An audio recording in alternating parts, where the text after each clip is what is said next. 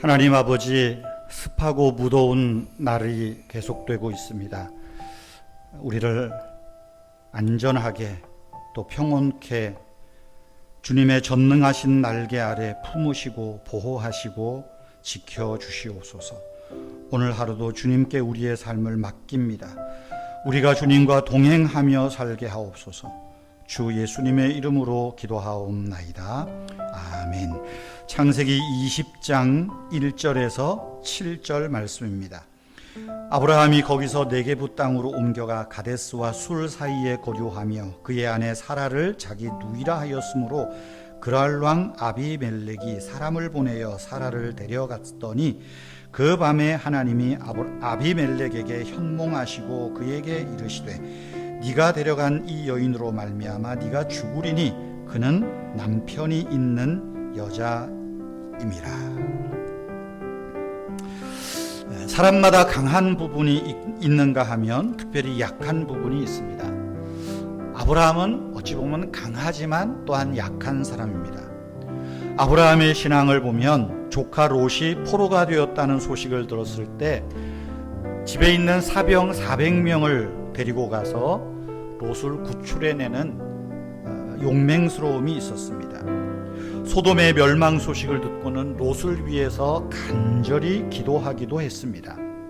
그런데 아브라함에게 약점이 있습니다.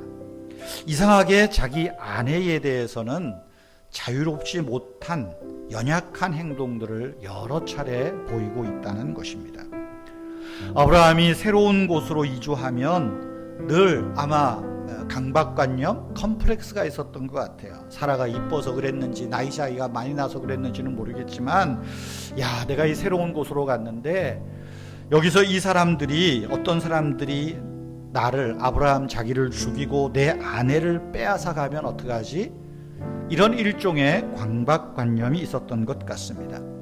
흉년을 피해서 애굽에 내려갔을 때도 그랬듯이 이제 이 20장에 보면 가나안의 남쪽 지역 이 그랄이라고 하는 지역에서도 거기서 자기 아내를 누이로 속이고 그러니까 그랄 왕은 자유롭게 사라를 데려다가 아내로 정확하게는 첩이겠죠. 아내로 삼으려고 했던 이런 상황이 여기서 벌어지고 있습니다. 여러분, 오늘 이 말씀에서 하나님이 우리에게 교훈을 담아 두시는 것 같습니다. 무엇일까요? 하나님께서는 사랑하는 당신의 자녀들의 그 약한 부분들을 책임지신다는 사실입니다. 하나님은 아비멜렉에게 꿈으로 나타나서 말씀하시죠. 남의 아내를 취하는 행동에 대해서 엄중하게 책망합니다. 왜냐하면 당시에 가나안의 여러 부족들, 이집트도 마찬가지고요. 자기가 원하면 남편 있는 여자라도 그 남편을 죽이고 아내로 취할 수 있는 그런 일종의 관습들이 묵인되어 있었습니다. 죄를 죄로 여기지 못하는 것이지요. 그것을 하나님이 책망하시는 것입니다.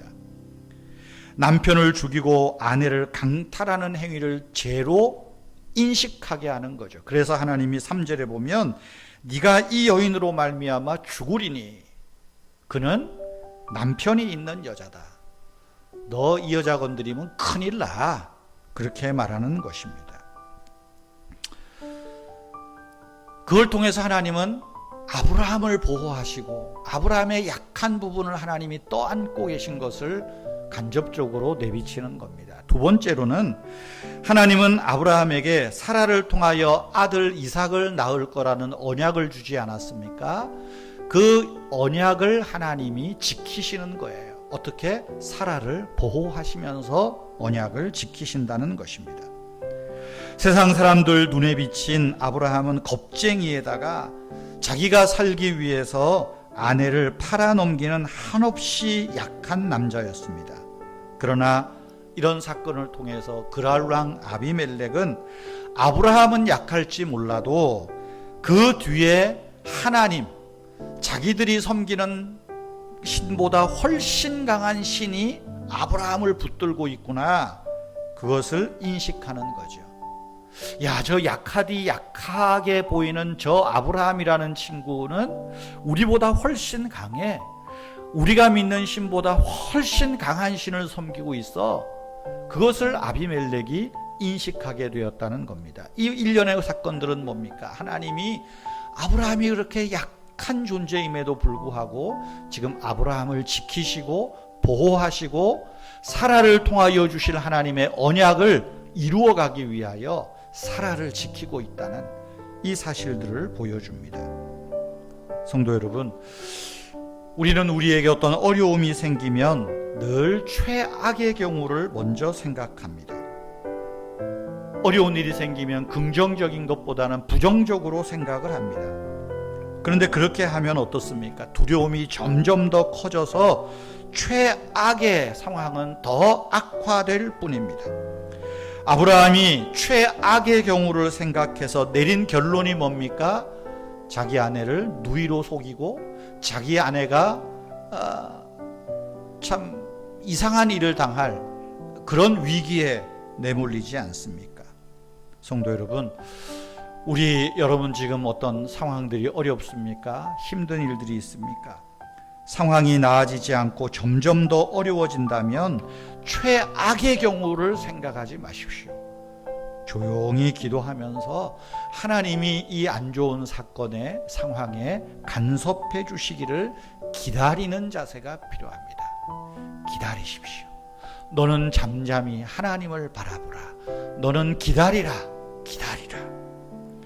그러면 하나님께서 우리 사건에 개입하셔서 우리의 약한 부분들을 책임지시고 우리를 보호해 주실 것입니다.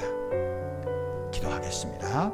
지금도 우리를 위하여 일하시는 주님, 우리가 어려울 때 도움되시고 우리를 사망의 그늘에서 건져주시니 감사합니다. 최악의 상황에서도 우리가 최악의 결과를 묵상하지 않게 하시고 우리가 의심 없이 주님을 바라고 구할 때 주님께서 우리의 기도를 들으신다는 것을 알게 하여 주시옵소서. 주님, 우리는 흠이 많지만 주님은 언제나 우리를 인자와 사랑으로 대해 주시니 감사합니다. 우리 마음에 생명의 빛이 꺼지지 않게 하옵소서. 우리 마음에 기쁨이 항상 머무르게 하옵소서. 주님, 교회를 붙들어 주셔서 우리 은혜교회에 빈자리들이 많습니다. 하나님, 이 빈자리들을 채워주시고 우리 성도님들을 통하여 구원받아야 될 자들 하나님께서 구원하여 주시고 함께 나와 예배하며 복음 듣고 함께 천국을 바라보는 믿음 생활을 하는 자들이 많게 해 주시옵소서. 주 예수님의 이름으로 기도하옵나이다.